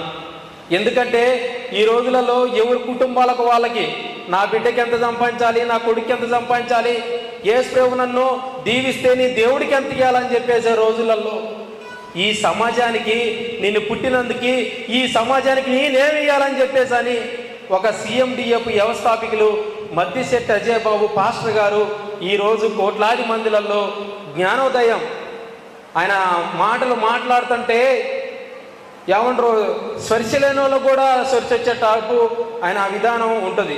ఎందుకంటే అది మోసం చేసేటోళ్ళకి, అలాంటి వాళ్ళకి, ఇలాంటి వాళ్ళకి ఈ పద్ధతి, ఈ సంస్కారం రాదు. ఆయన ఫస్ట్ నుంచి వాళ్ళ కుటుంబం బైబిల్ నమ్ముకుంది కాబట్టి ఆ బైబిల్ ప్రకారంగా ఆయన నడుస్తున్నారని చెప్పేసి అని మేము బలంగా నమ్ముతున్నాం. ఎందుకంటే కష్టం వస్తే అస్సలకి ఆయన ఓర్చుకోలేవారు. ఆ కష్టం ఎట్టయినా తీరాలి, ఎట్టయినా అక్కడికి వెళ్ళాలి అనే ఆ తపన చాలా నాకు దగ్గర నుంచి చూస్తా కాబట్టి తెలుస్తుంది. ఇంకా అన్నగారు చాలా చెప్పారు, నేను ఆ అగ్ని గురించి మాట్లాడను. ఎందుకంటే నల్గొండ మొన్న నేను ఇక్కడ కెడివెల్లి అనే గ్రామం ఉన్నది, భూమి కోసం, ముక్తి కోసం, వెట్టి చాకరి విముక్తి కోసం అని చెప్పేసి అని దొడ్డి కొమరయ్య తెలంగాణ అమరవీరుడు ఇంటికి ఆ ఊరు వచ్చాను నేను ఈ మధ్య వచ్చినప్పుడు ఇటు చూసుకుంటూ వచ్చిన ఆ తెలంగాణ శ్రీకాంత్ చారి వాళ్ళ ఇంటికి కూడా నేను వెళ్ళినప్పుడు ఇదంతా చూసిన. నల్గొండ అంటేనే ఒక కమ్యూనిస్ట్ గడ్డ, అలాంటి చర్చిలో ఈ మీటింగ్ పెట్టడం మా CMDF వ్యవస్థాపకులు గారు చాలా తక్కువ మాట్లాడారు. ఎందుకంటే మేము చూస్తున్నాం, మీరు అన్నట్టు పెద్ద బహిరంగ సభ పెట్టి అన్నగారు ఇంకా విషయాలు మనకి తెలియజేస్తే బాగుంటుంది. ఎందుకంటే మన జీవితం ఎట్టానిపోయింది, మనకున్న సొసైటీకి, మనకున్న పిల్లగాళ్ళకి మనం ఇప్పుడే జీవితాన్ని, వాళ్ళకి మంచి జీవితాన్ని ఇవ్వకుంటే నెక్స్ట్ వీళ్ళు చేసే అరాచకాలకి మన బిడ్డలు బానిసలైపోతారు. ఆ బానిసలు కావద్దని చెప్పేసి అని CMDF అని స్థాపించింది. కాబట్టి ఆ CMDFని మనం ముందు తీసుకెళ్ళాలి. వాడికి ఎట్టయితే RSS ఉందో, వాడికి ఎట్టయితే బజరంగబలి ఉందో, వాడికి ఎట్టయితే హిందూ పరిషత్ ఉందో, మనకి CMDF అనేది మనకు ఉందని చెప్పేసి అని మీకు మనవి చేస్తూ మాకు ఈ అవకాశం ఇచ్చిన ప్రవీణ్ సార్, నల్గొండ ముస్లిం సోదరులందరికీ, దళితులకి, క్రిస్టియన్ బిడ్డలందరికీ మళ్ళొకసారి ప్రైజ్ లార్డ్, జై భీమ్, జై మూలవాసి.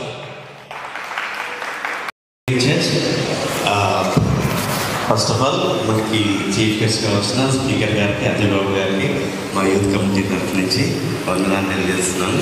దాన్ని వెంటనే మేము ఇలా పిలుస్తున్నామని చెప్పి మన చర్చ్ కమిటీ క్రిస్టఫర్ ప్రెసిడెంట్ గారికి, నేను చర్చ్ కమిటీకి థ్యాంక్స్ తెలియజేస్తున్నాను. దెన్ మీరు వచ్చిన మీ వాల్యుబుల్ టైం ఇచ్చినందుకు అందరికీ ఒకసారి క్లాస్ కొడతామా గట్టిగా. We are very busy, even your valuable time. Then especially हमारे मुस्लिम भाइयों को, इंडियन मुस्लिम्स को, सबको अपने यूथ कमिटी के तरफ से शुक्रिया अदा कर रहे हैं. Thank you very much. इప్పటికే చాలా సమయం అయింది. దెన్ ఎస్పెషల్లీ మనకి ఈ మీటింగ్ అరేంజ్ చేసిన ప్రేమన్న కమిటీ అందరికీ ఒకసారి క్లాస్ కొడతాం. Okay, thank you all. Thank you very much. Pastors association నుండి వారిని అభినందిస్తూ ఉన్నాం. ఎందుకంటే ఇంత చిన్న ఏజ్లో ఎలాంటి మరి నలుమూలల నుంచి ఎన్నో వస్తాయి ఆటంకాలు, వాటన్నిటికీ భయపడకుండా ధైర్యంగా ఉండి మరి క్రైస్తవుల పక్షంగా, ముస్లిమ్స్ పక్షంగా నిలబడిన మా అజయ్ బాబు గారిని అభినందిస్తున్నాం. రోజు కూడా ఆ యూట్యూబ్లో చూస్తూ వారు కౌంటర్ చేస్తూ ఉంటే మనకు కూడా చాలా ధైర్యం వస్తూ ఉన్నది. కాబట్టి ఈ రోజున ఇలాంటి అద్భుతమైన మీటింగ్ ఏర్పాటు చేయటం, మరి centenary self supporting Telugu Baptist సంఘ పెద్దలకు, మరి యూత్ కమిటీ వారిని అభినందిస్తూ ఉన్నాం. రాబో దినాల్లో ఇది జనరల్ ప్లేస్లో పెట్టి ఇంకా అనేకమైన క్వశ్చన్స్, చాలామంది డౌట్స్, ఇవన్నీ కూడా టైం తీసుకొని ఇంకా అద్భుతంగా జరుగుద్దని, మరి క్రైస్తవులు అప్రమత్తంగా ఉండవలసిన దినాలు ఇవి. కాబట్టి నడుం కట్టాల్సిన దినాలు, మెలకుగా ఉండవలసిన దినాలు, ఐక్యత కలిగి ఉండవలసిన దినాలు. అలాగైతేనే మన సంఘాల్లో మరి ఆరాధనలు మనం ధైర్యంగా చేసుకొని ప్రభువుని ఆరాధించగలుగుతాం. ఆ రీతిగా దేవుడు మనందరికీ సహాయం చేయనుగాక. మిమ్మల్ని అందరిని అభినందిస్తూ మీకు అందరికి వందనాలు తెలియజేస్తూ ప్రార్థన చేసుకుందాం. దయగలిగిన మా తండ్రి, స్తోత్రాలు, వందనాలు చెల్లిస్తున్నాం నాయన. ఈ సాయంకాల సమయంలో మీరు ఇచ్చిన ఈ శ్రేష్టమైన, అద్భుతమైన సహవాసాన్ని బట్టి నీకు వందనాలు చెల్లిస్తున్నాం ప్రభువా. ఆ దేశంలో చాలా భయంకరమైన సంఘటనలు మేము చూస్తున్నాం ప్రభువా. నలుమూలల మా తండ్రి భయంకరమైన హింసలు, ఎన్నో శోధనలు, హతసాక్షులు ఎంతోమంది ప్రభువా, ఎంతోమంది చంపబడుతున్నారు, నరకబడుతున్నారు, ఎన్నో మందిరాలు కూల్చబడుతూ ఉన్నాయి. ఈ భయంకరమైన దినాలలో మా తండ్రి, దేవుని ప్రజలైన మేము అప్రమత్తంగా మెలకుగా ఉండాలని ఈ రోజున యవనస్తులైన అజయ్ బాబు గారిని మా దగ్గరికి తీసుకుని వచ్చి మాకు గొప్ప మేల్కొల్పుని మీరు ఇచ్చినందుకు నీకు స్తోత్రాలు చెల్లిస్తూ, అజయ్ బాబు గారిని ఇంకా బలపరచండి. ఆయన చుట్టూ నీ సన్నిధి నుంచి, ఆయన ముందుగా నీ సన్నిధిని నడిపించి ఇలాంటి మెట్టలను, కొండలను అన్నిటినీ సదును చేసి రాబో దినాల్లో క్రిస్టియన్, ముస్లిం సోదరులు ఐక్యత కలిగి అన్నిటిని ఎదుర్కొని స్వేచ్ఛగా నిన్ను ఆరాధించే భాగ్యాన్ని మాకు దయచేయమని, ఈ కార్యక్రమానికి వచ్చిన పెద్దలను, మరి ప్రియులందరినీ మీరు ఆశీర్వదించండి. ముస్లిం సోదరులు ప్రభువా, క్రైస్తవ సోదరులందరినీ మీరు దీవించి నీ కృపలో బలపరచమని, రాబో దినాల్లో ఇలాంటి ఐక్యతలో మేమందరం ముందుకు సాగటానికి నీ కృప దయచేయమని, మమ్మల్ని అందరినీ బలపరచమని, ఈ సాయంకాల దీవెనలు, పరలోకపు ఆశీర్వాదములు నిండుగా దయచేసి పంపించమని యేసు నామములో ప్రార్థిస్తున్నాము తండ్రి, ఆమేన్. మన తండ్రి అయిన దేవుని ప్రేమ, కుమారుడైన యేసుక్రీస్తు కృప, పరిశుద్ధాత్మని యొక్క అన్యోన్య సహవాసం, ఆయన సన్నిధి, ఆయన ఆశీర్వాదములు, దీవెనలు ఇప్పుడు ఎల్లప్పుడూ నిరంతరము అజయ్ బాబు గారికి వారి బృందానికి ఇక్కడ కూడిన మనందరికీ సదాకాలం తోడయ్యుండి నడిపించునుగాక. ఆమేన్, ఆమేన్, ఆమేన్.